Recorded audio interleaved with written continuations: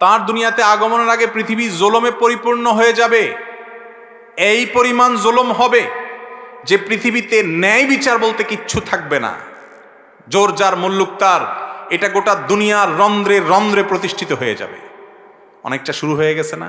ফিলিস্তিনে বাচ্চারা কাঁদে, তাদের মানবতা তখন কাঁদে না। আর অন্য কোনো জায়গার একটা কুকুরও যদি কাঁদে, একটা বিড়ালও যদি কাঁদে, সকল টিভির ক্যামেরা সেখানে কাঁদাকাঁদি শুরু করে। কিয়ামতের আলামত সমূহের মধ্যে থেকে একটি হলো ইমাম মাহদির আবির্ভাব ঘটবে, প্রকাশ ঘটবে। ইমাম মাহদি এমন একজন মানুষ যার নাম হবে আমাদের নবী করিম সাল্লাল্লাহু আলাইহি সাল্লামের অনুকরণে, এবং তিনি পৃথিবীতে আত্মপ্রকাশ ঘটাবেন। আল্লাহ তাআলা তার আত্মপ্রকাশ ঘটাবেন কখন, কোন সময়টাতে, পৃথিবীর অবস্থা কি হবে, এ সম্পর্কে হাদিসে যে বিবরণ এসেছে তার একেবারে সংক্ষিপ্ত সার বলতে গেলে, তার আসার আগে পৃথিবীতে দিন দুনিয়া থেকে বিদায় হওয়ার উপক্রম হবে। মানুষের ভিতরে দিনদারি থাকবে না। আস্তে আস্তে দুনিয়া সেদিকেই যাচ্ছে, ঠিক না ঠিক?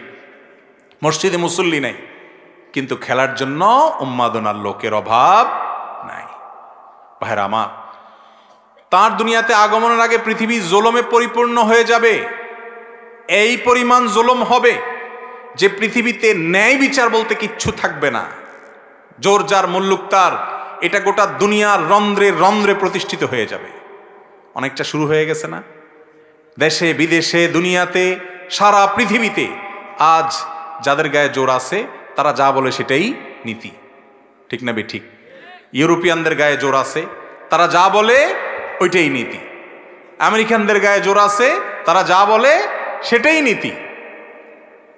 আজ দুর্বলদের কোনো না কথার দাম আছে, না আদর্শের দাম আছে, না তাদের কোনো অধিকার আছে, ঠিক না ঠিক? আমার এক বন্ধু, তিনি ডেনমার্কে থাকেন, আমাকে একবার বললেন, ভাই আমার কাছে অদ্ভুত লাগে, যেই তথাকথিত উন্নত বিশ্বের মানুষেরা আমাদেরকে সবক শিখায়, মানবতা শিখায়, আদর্শ শিখায়, তারা আমাদের চাইতে অনেক উন্নত, আমাদেরকে শিক্ষিত বলে আমরা তাদেরকে মনে করি, এবং তাদেরকে অনেক ক্ষেত্রে আমাদের দেশের মানুষেরা অন্ধের মতো মানি যে তারা আদর্শবান, তারা সভ্য, তারা নাকি ভদ্র, তারা নাকি উন্নত। বলে যে একটা এক্সাম্পল নেন, যখন লিবিয়া এবং সিরিয়ার, বিশেষ করে সিরিয়ার মুসলমানরা যখন নিজেদের দেশে থাকতে পারছেন না, যুদ্ধ পরিস্থিতিতে ইউরোপের দিকে পাড়ি জমাতে লাগলো, তিনি বলেন যে আমার দেশের বর্ডার ক্রস করে যাতে জার্মানি বা কোনো দেশ তাদেরকে আশ্রয় দিতে চাচ্ছে, সেখানে যেন যেতে না পারে, সেজন্য নানামুখী প্রতিবন্ধকতা সৃষ্টি করা হয়েছে, ট্রেন বন্ধ করে দেওয়া হয়েছে। আবার যখন ইউক্রেন রাশিয়া যুদ্ধ শুরু হলো, এখন ইউক্রেনিয়ান যারা আছে তারা যদি কোনোভাবে এই বর্ডারে প্রবেশ করতে পারে, তাদের আশ্রয় প্রশ্রয়, তাদের সুবিধার জন্য যা দরকার সব তো বটেই। ওই ভাই বললেন যে স্কুলে ভর্তি পর্যন্ত আমাদেরকে বলা হয়েছে যে যারা এখানে বসবাস করে তাদের বাচ্চাদের পরে আগে ইউক্রেনিয়ান বাচ্চাদের ভর্তি হবে, তাদের অগ্রাধিকার। অর্থাৎ শরণার্থী হিসেবে যখন মুসলমান গেছে তখন নীতি একটা, আর যখন অমুসলমান গেছে তখন নীতি আরেকটা। এ হলো তাদের মানবতা। এইরকম মানবতার সবক প্রতি শব্দে শব্দে পাবেন। ফিলিস্তিনে বাচ্চারা কাঁদে, তাদের মানবতা তখন কাঁদে না। আর অন্য কোনো জায়গার একটা কুকুরও যদি কাঁদে, একটা বিড়ালও যদি কাঁদে, সকল টিভির ক্যামেরা সেখানে কাঁদাকাঁদি শুরু করে, ঠিক না ঠিক? ভাইরা আমার, এইরকম জুলুম, এরকম অবিচার, এরকম গরমিল গোটা দুনিয়াতে শুরু হয়েছে, দিন দিন বাড়ছে। এটা বাড়তে বাড়তে যখন চরমে পৌঁছে যাবে, পৃথিবীর কোথাও ন্যায় বিচার বলতে কিচ্ছু থাকবে না, তখন ইমাম মাহদির আত্মপ্রকাশের সময় আসবে। মানুষ হতাশ যখন হবে, মানুষ নেতৃত্ব খুঁজবে, তখন ইমাম মাহদির আত্মপ্রকাশের সময় ঘনিয়ে আসবে। আল্লাহ রাব্বুল আলামিন তার আত্মপ্রকাশের আগে দাজ্জাল পাঠাবেন। দাজ্জালের অত্যাচার অবিচার চলবে, তার ফিতনা চলবে, যে ফিতনায় পতিত হয়ে অনেকেই দাজ্জালকে আল্লাহ মনে করে ঈমান হারা হবে। অনেক জাঁকজমকপূর্ণ দুনিয়া হবে এবং অনেক চমক সে দেখাবে। আজ পৃথিবীতে বহু চমক দেখে আমাদের অনেক মুসলমানের সন্তান বেঈমান হচ্ছে কি হচ্ছে না? বিজ্ঞানের চমক দেখে, এই চমক দেখে, সেই চমক দেখে আল্লাহর বিরুদ্ধে দাঁড়ায় যায়, আল্লাহর ব্যাপারে সংশয় সৃষ্টি হয়ে যায়। নবী করিম সাল্লাল্লাহু আলাইহি ওয়াসাল্লাম ভবিষ্যদ্বাণী করেছেন এগুলো হবে।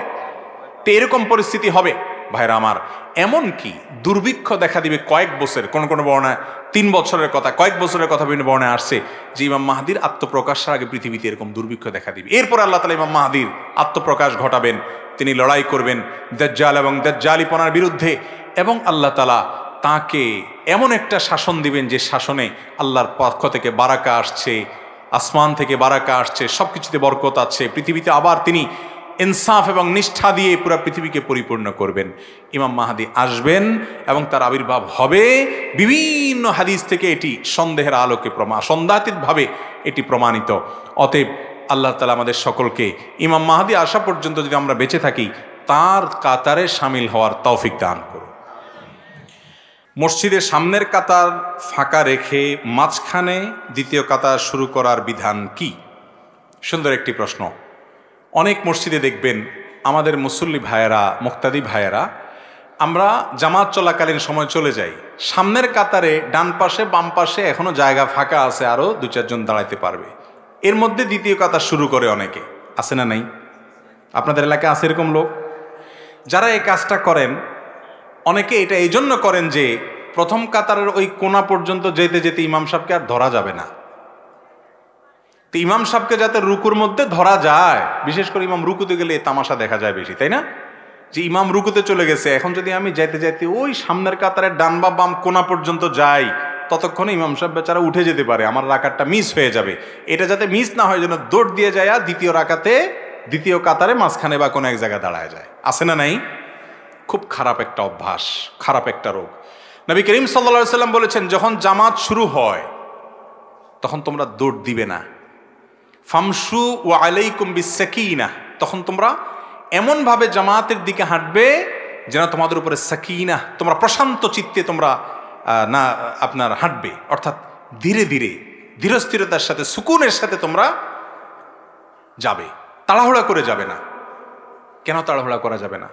আল্লাহর ইবাদতে শামিল হতে যাচ্ছেন, যদি আপনি জোর দিয়ে যান, হাঁপাইতে হাঁপাইতে যান, তো আপনার মনোযোগ নষ্ট হবে নামাজের মধ্যে, আপনি পড়ে অ্যাক্সিডেন্ট করতে পারেন। ধীরস্থিরতার সাথে যাবেন। গুরুত্বপূর্ণ কোনো ব্যক্তির সাথে, একজন এমপির সাথে সাক্ষাৎ করতে গেলে আপনি দৌড় দিতে দিতে হাঁপাইতে হাঁপাইতে যায়, হাঁপাইতে হাঁপাইতে তার সামনে ঢুকবেন, যাওয়ার আগে কত পরিপাটি হবেন, সব ঠিকঠাক করবেন, পোস্টপাস দিবেন, সব ঠিক আছে কিনা, এরপর ঠান্ডা মাথায় প্রবেশ করবেন, ঠিক না বে ঠিক? তো আল্লাহর দরবারে যখন যাবেন এরকম দৌড় দিবেন না। অনেকে দৌড় দেয় জামাত ধরার জন্য, যে রুকু যাতে মিস না হয়ে যায়, জামাত যাতে মিস না হয়। এই জন্য নবীজি বলেছেন, ফামা আদরাকতুম ফাসাল্লু ওয়া মা ফাতাকুম ফাতিম্মু, আস্তে আস্তে হাঁটলে যদি ইমাম সাহেব উঠে যায়, রুকু থেকে উঠে যাক, একটা রাকাত মিস হয়ে যায়, যাক, যতটুকু পাও ততটুকু পড়বা। ওই রাকাত ধরার জন্য এত জোরে দৌড় দিবা না। রাকাত ধরার যদি এত ভালো আগ্রহী থাকে তাহলে আগে আসে নাই কেন? কথা কি বুঝাতে পারছি? তো যারা পরে এসে কাতারের মাঝখানে দাঁড়ায় যান, সামনে ডানে বামে ফাঁকা রাখেন, তাদের নামাজের মধ্যে ত্রুটি থেকে যায়। নামাজ হয়ে যাবে, ফরজ আদায় হয়ে যাবে, কিন্তু ত্রুটি থেকে যায়। কারণ নবী করিম সাল্লাল্লাহু আলাইহি সাল্লাম স্পষ্টভাবে বলেছেন, আতিম্মুস সাফফাল আউয়াল সুম্মা আল্লাযী ইয়ালি, তোমরা প্রথমে সামনের সফ পূরণ করবে, ওইটা পূরণ হয়ে গেলে তারপরে দ্বিতীয়টা পূরণ করবে। এবং তিনি বলেছেন, লা তাদাউল ফুরজাত বা লা তাদারুল ফুরজাত লিশ-শাইতান, কাতারের মধ্যে শয়তানের জন্য জায়গা রাখবান, ওটা ফিল আপ করবে, তারপরে সামনে পরবর্তীতে পিছনের দিকে আসবে। এই জন্য ভাইরা আমার, কখনো এই কাজ করা যাবে না।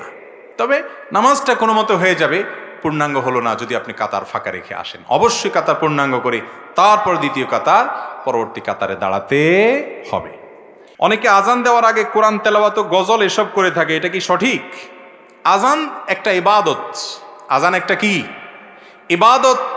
একটু আগে আলোচনায় বললাম, সেইভাবে করতে হবে যেভাবে মুহাম্মদ সাল্লাল্লাহু আলাইহি ওয়াসাল্লাম করেছে। অতএব তার আজানের আগে কোনো গজল তেলাওয়াত এরকম আলাদা কিছু ছিল? আপনি মাইক টেস্টিং করতে পারেন, ঠিক আছে, মাইক ঠিকঠাক আছে কিনা হো হা করতে পারেন, কিন্তু আপনি অনেক জায়গায় দেখবেন আজানের আগে অনেকক্ষণ ধরে এটা পড়ে সেটা পড়ে, দুরুদ পড়ে। আরে ভাই, দুরুদ আজানের পরে পড়া সুন্নত এবং সেটা আজানের সাথে সম্পৃক্ত না। আজানের পরে সবাই ইন্ডিভিজুয়াল দুরুদ পড়বে এবং আজানের দোয়া পড়বে, সেটা হাদিস দ্বারা সাব্যস্ত। কিন্তু আজানের আগে আসসালাতু ওয়াসসালামু আলাইকা ইয়া রাসূলুল্লাহ অনেক এলাকায় আছে।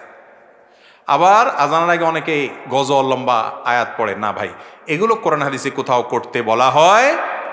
আমাদেরকে আল্লাহ বলেছেন, মা আতাকুমুর রাসূলু ফাখুযুহু, রাসূল সাল্লাল্লাহু আলাইহি ওয়াসাল্লাম তোমাদেরকে যেটা দিয়েছেন সেটাকে ধরো। আপনি একজন মুসলমান হিসেবে খুঁজবেন যে রসুল সাল্লাল্লাহু আলাইহি সাল্লাম আজানের আগে এরকম কিছু করতে বলেছেন কিনা, বলেন নাই, তো আমরা কেন করব? মাইক টেস্টিং করতে পারি, সেটা তো ভিন্ন বিষয়। আমাদের এই ভিডিওটি যদি আপনার ভালো লেগে থাকে তাহলে ভিডিওতে একটি লাইক দিতে পারেন এবং আপনার প্রিয়জনদের সাথে শেয়ার করতে পারেন, এবং এইরকম আরও ভিডিও পেতে আমাদের ইউটিউব চ্যানেলটি সাবস্ক্রাইব করে পাশে থাকা বেল আইকনটি অন করে দিন।